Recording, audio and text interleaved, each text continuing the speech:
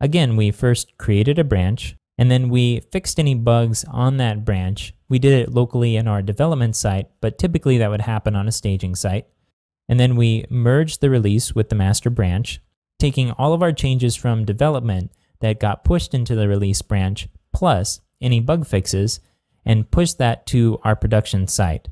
Next, we added a tag for easy reference so that we could revert back to that particular tag at a later time or do testing on that tag.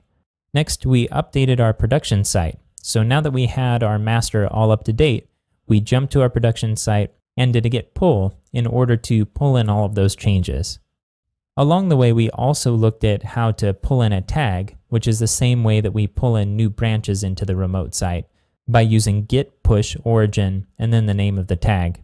And now that our production site was up to date, then we started doing some cleanup. First of which is merging all of the changes that we made, all of the bug fixes in the release branch, back into the development branch so they'd be there for the next time we issued a release.